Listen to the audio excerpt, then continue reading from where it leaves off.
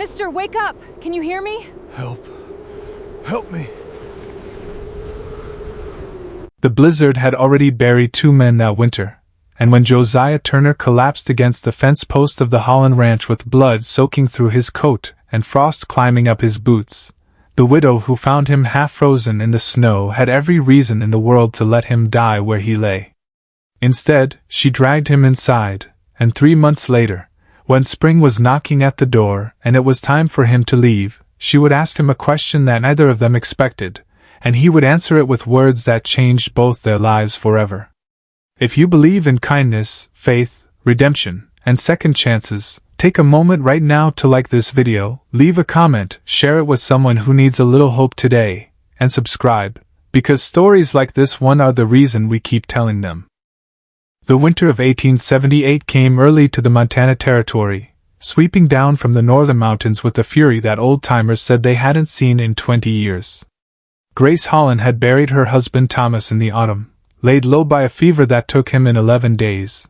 leaving her alone on 200 acres of grazing land with a barn half fallen, 3 horses, a milk cow, and a debt to the bank in Miles City that grew heavier with every passing month. She was 34 years old, with hands calloused from work no woman in her position should have had to do alone, and eyes that had learned to stop crying because there was simply no time left in the day for it.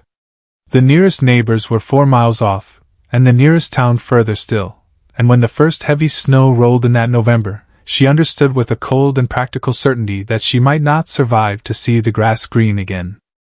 It was on the 11th night of December, with the wind howling like something wounded and the temperature dropped so low the water bucket by the door had frozen solid, that Grace heard the sound of something striking against her fence rail. She almost didn't go out. A sensible woman living alone on the frontier learned not to go chasing noises in a storm, for it might be wolves, or worse, men with worse intentions than wolves. But something in the sound, a low and broken groan carried on the wind, made her take up the lantern and her late husband's Colt revolver and step out into the white fury of the night. What she found at the fence was a man collapsed on his side, his coat torn and dark with frozen blood at the shoulder, his lips blue, his breath coming in shallow rattles that told her he had perhaps an hour left in this world if she left him there. She did not know his name.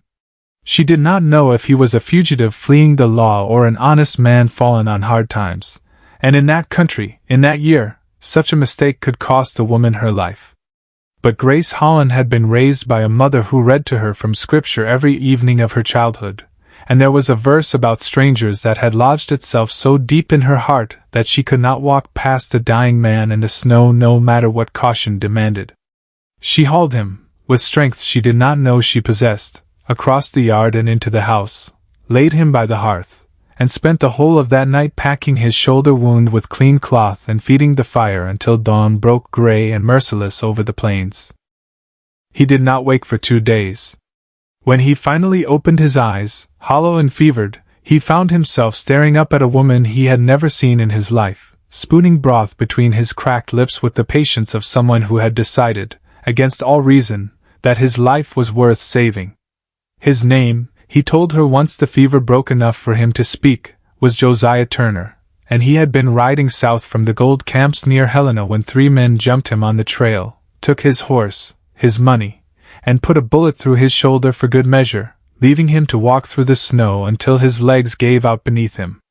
He did not tell her, not then, the rest of what had brought him to that mountain trail in the first place, and Grace did not ask, for the frontier had taught her that a person's past was their own business until they chose to share it. The days that followed fell into a rhythm neither of them spoke aloud but both silently understood. Josiah, once strength returned to his limbs, could not simply sit idle in another person's house while she carried the weight of a ranch on her own shoulders, and so he began to work. He mended the sagging barn roof before the next storm could finish collapsing it. He broke the ice on the water trough each freezing morning so the horses could drink. He helped birth a calf that came breech in the dead of January, his hands steady even as Grace wept with relief when the animal finally drew breath. In the evenings, when the wind screamed against the windows and the whole world outside seemed intent on swallowing them both, they sat by the fire, and slowly, carefully, like 2 wary animals learning to trust a shared shelter, they began to talk. Grace learned that Josiah had once been a rancher himself, back in Kansas, with a wife named Ruth and a boy not yet 3 years old, and that both had been lost to a fever that swept through their county in the summer of 1874, the same kind of merciless sickness that had taken Grace's own Thomas. She learned that after burying them, Josiah had sold what remained of his land for almost nothing and drifted west with no particular destination in mind, chasing gold camps and cattle drives, taking whatever work would keep his hands busy enough that his mind had no room left for grief. He confessed to her, one night with the fire burning low, that he had stopped praying the day they lowered his son into the ground, because he could not reconcile a merciful God with a world that would take a child so small and so innocent.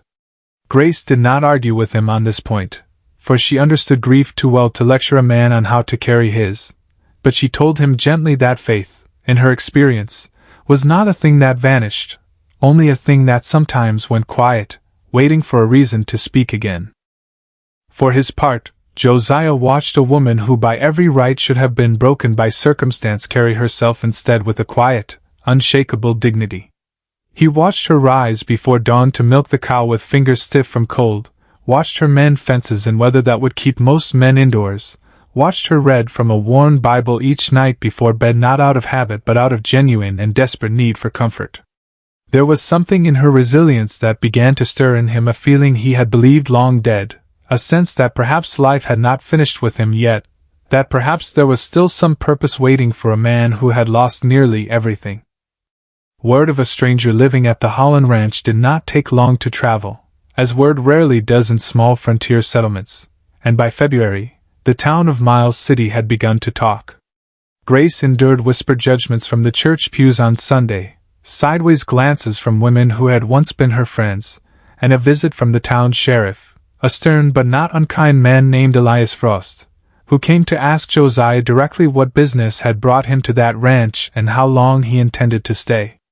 Josiah answered honestly, told the sheriff the whole truth of the ambush on the trail and the debt of gratitude he owed the widow who had saved his life, and something in his plain, unflinching manner convinced Elias Frost that here was no outlaw hiding behind a woman's charity, but a man genuinely trying to find his footing again. Still, the sheriff warned him plainly that a woman alone with a man not her husband invited talk that could damage her standing in a town where reputation was often the only currency a person had, and that warning weighed on both of them long after the sheriff rode off into the cold. It was around this same time that trouble found its way to the ranch in another form entirely.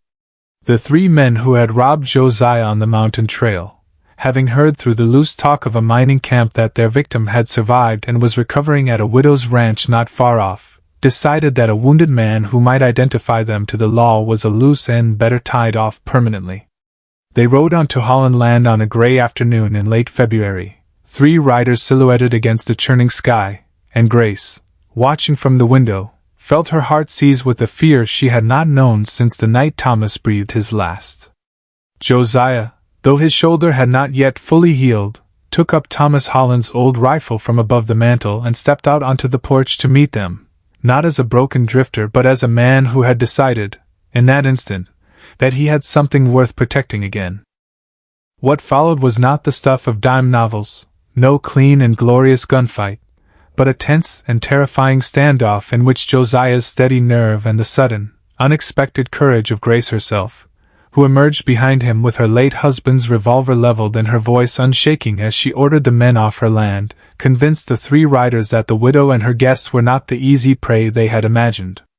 A shot was fired, grazing Josiah's already wounded arm and sending fresh blood into the snow, but the outlaws, seeing Grace's steady aim and hearing the distant bark of dogs that suggested neighbors might be within earshot, chose to retreat rather than press their luck further.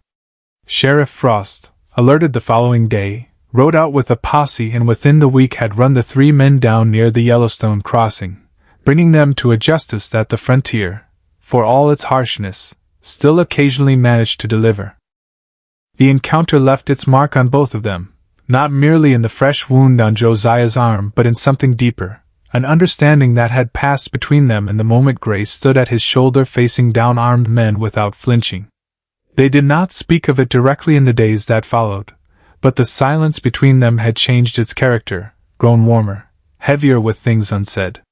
Josiah found himself watching the way morning light fell across Grace's face as she prayed over the breakfast table, and Grace found herself listening for the particular rhythm of his footsteps in the yard, a sound that had become, without her quite realizing when, something she waited for each day with a hope she was almost afraid to name.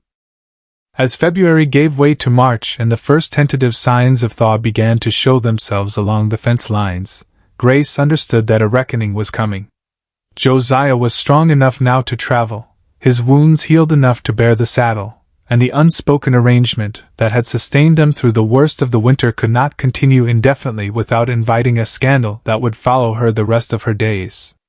And so, on an evening in early March, with the snow finally beginning to soften and drip from the eaves, she found the courage to say aloud what practicality demanded, telling him plainly and with a steadiness that cost her more than he could know, that he was welcome to stay until winter fully ended, until the roads were passable, and he could make his way wherever a man in his position chose to go, but that beyond that, propriety and good sense required they part ways. Josiah sat with that for a long moment, the fire popping softly between them, and when he finally spoke, his voice carried none of the drifter's careless indifference she remembered from his early recovery, but something graver, something that had clearly been building in him for weeks. He asked her, quietly but without hesitation, what if he did not want to leave when winter ended? What if, he said, he had found on this ranch, in this house, in her company, the first thing resembling a home since the day he buried his wife and son? And what if leaving felt now like a second death he was not prepared to endure? He told her he was not a man of means, that he owned nothing but a horse, a rifle, and the clothes on his back, and that he understood if such a confession meant nothing to a woman who had every right to expect better. But he asked her plainly, with his heart laid bare in a way few men of that era permitted themselves, what if he wanted to stay not for a season, but forever? Grace did not answer him that night. She rose, banked the fire, and retreated to her room with her heart pounding in a way it had not since she was a young bride, and she spent that night in prayer more fervent than any she had offered since Thomas's death, asking for guidance, for clarity, for the courage to know her own heart. She thought of Thomas, of the love they had shared and the grief that had nearly hollowed her out after his passing, and she thought of Josiah, of his quiet strength, his gentleness with the animals, his patient rebuilding of both her barn and, though she had not fully admitted it to herself until this moment, something in her own broken spirit. By morning she understood that the fear she felt was not fear of him, but fear of hoping again after loss had taught her hope was a dangerous indulgence. She found him in the barn before sunrise, tending to the horses as he did every morning, and she told him, with her voice trembling but her resolve firm, that she had spent the winter believing herself finished with love, that grief had convinced her such a gift was not meant to come twice in one lifetime. But watching him these past months, watching him fight for the two of them without hesitation, watching the tenderness with which he had nursed a newborn calf and mended her broken fences and, more than anything, the way he had looked at her across the fire each night like a man rediscovering a reason to live, she had come to understand that perhaps Grace, both the word and the woman, was not so easily exhausted after all. She told him that if he truly wished to stay forever, she would not stand in the way of it, that the ranch had felt like a home again for the first time since Thomas passed, and that she suspected, though she was only beginning to admit it, that the reason had far more to do with him than with the coming of spring. What followed was not a whirlwind romance out of a dime novel, but something slower and more earned, the kind of love built by two people who had both known devastating loss and understood exactly what they were risking by opening their hearts again. They were married that April by the circuit preacher who passed through Miles City twice a year, in a small ceremony attended by the same neighbors who had once whispered judgment, now standing witness instead to a union that felt, to everyone present, like something blessed rather than scandalous. Josiah Turner, once a broken drifter left for dead in a snowbank, became in time not merely a husband to Grace Hollan but a father figure to the children they would go on to raise together, a respected rancher whose herd grew steadily across those 200 acres, and a man who, true to the promise made that winter, never again let a day pass without giving thanks for the second chance he had been given, Before we reach the end of this story, I would love to hear from you in the comments below. Tell me where in the world you are watching this from tonight, and tell me what lesson this story stirred in your heart, whether it was about the power of kindness to a stranger, the courage it takes to love again after loss, or the quiet faith that carries us through our darkest winters. Years later, when their grandchildren would ask how their grandparents met, Grace would tell the story of a stranger found dying in the snow, and Josiah would finish it by saying that he had asked a widow for shelter until winter's end, and instead, she had given him a home for the rest of his life. Theirs was a love born not of chance meetings at church socials or courtships arranged by careful families, but of two wounded souls finding in each other's suffering a mirror of their own, and choosing, against every hardship the frontier could throw at them, to heal together rather than remain broken apart. If this story touched your heart even a little, if it reminded you that kindness shown to a stranger can change the whole course of a life, that faith can survive even our deepest grief, and that second chances are real and worth reaching for, then please take a moment to like this video, share it with someone who needs to hear it today, leave a comment below, and subscribe for more stories like this one. Because in a world that so often feels cold and unforgiving, it is worth remembering that sometimes, the greatest miracles arrive not as thunder from the heavens, but as a quiet knock against a fence post in the middle of a winter storm.